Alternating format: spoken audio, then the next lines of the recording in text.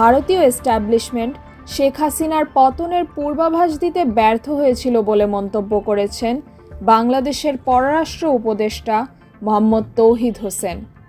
সম্প্রতি ভারতীয় সংবাদ মাধ্যম দ্য ইন্ডিয়ান এক্সপ্রেসে প্রকাশিত এক নিবন্ধে তিনি এ মন্তব্য করেন। তিনি বলেন, 2024 সালের জুলাই আগস্টে ছাত্র নেতৃত্বাধীন গণ অভ্যুত্থানের ফলে আওয়ামী লীগ সরকারের পতন ঘটে, কিন্তু ভারতের নীতি নির্ধারকরা এই পরিবর্তন অনুমান করতে পারেননি।